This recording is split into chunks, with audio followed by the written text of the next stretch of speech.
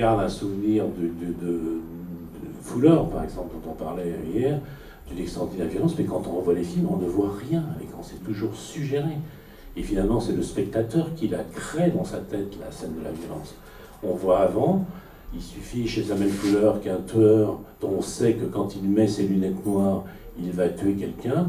Qu'est-ce que fait Samuel Fuller pour la scène la plus violente du film? Cet homme va tuer un enfant à la sortie de l'école. Il filme un homme dans la rue à la sortie de l'école, et quand l'enfant sort, il met ses lunettes de soleil et c'est terminé. C'est une scène insupportable.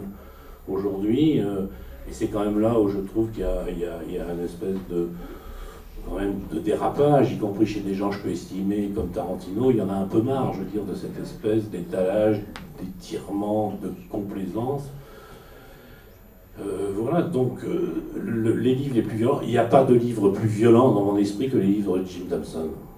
Il n'y en a pas de plus violent. Le démon dans The Killer Inside Me, l'assassin qui est en moi, c'est quand même sans doute le portrait de psychopathe le plus terrifiant qui soit.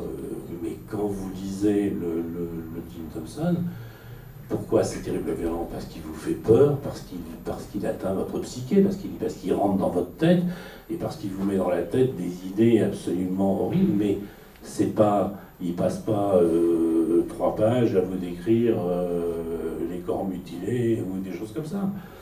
Donc, bien sûr, c'est une violence. Ça a toujours été violent, mais c'est normal, parce qu'en même temps, c'est un roman noir. Et le roman noir, bon, il y a toujours, comme on a dit ce matin, transgression.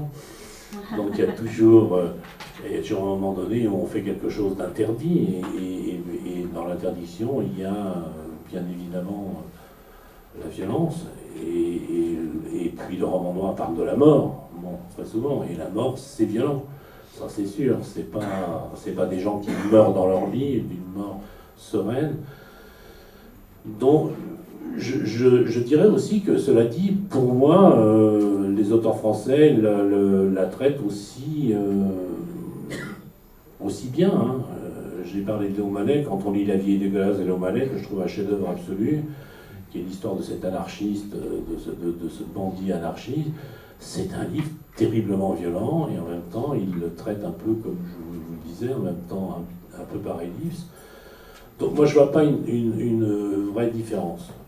La seule chose que je dirais sur la violence, c'est qu'au contraire, c'est peut-être pour moi un des points où on juge un écrivain.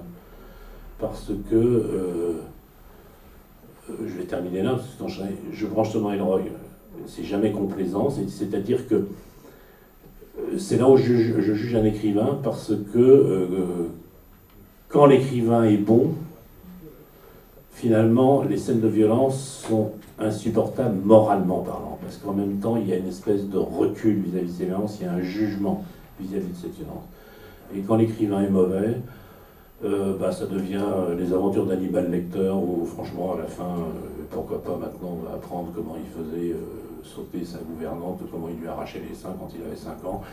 C'est agaçant, je veux dire, c'est-à-dire qu'on a celui une espèce de catalogue des horreurs, on croit créer l'intérêt en empilant les horreurs, et en fait, c'est parfaitement méprisable.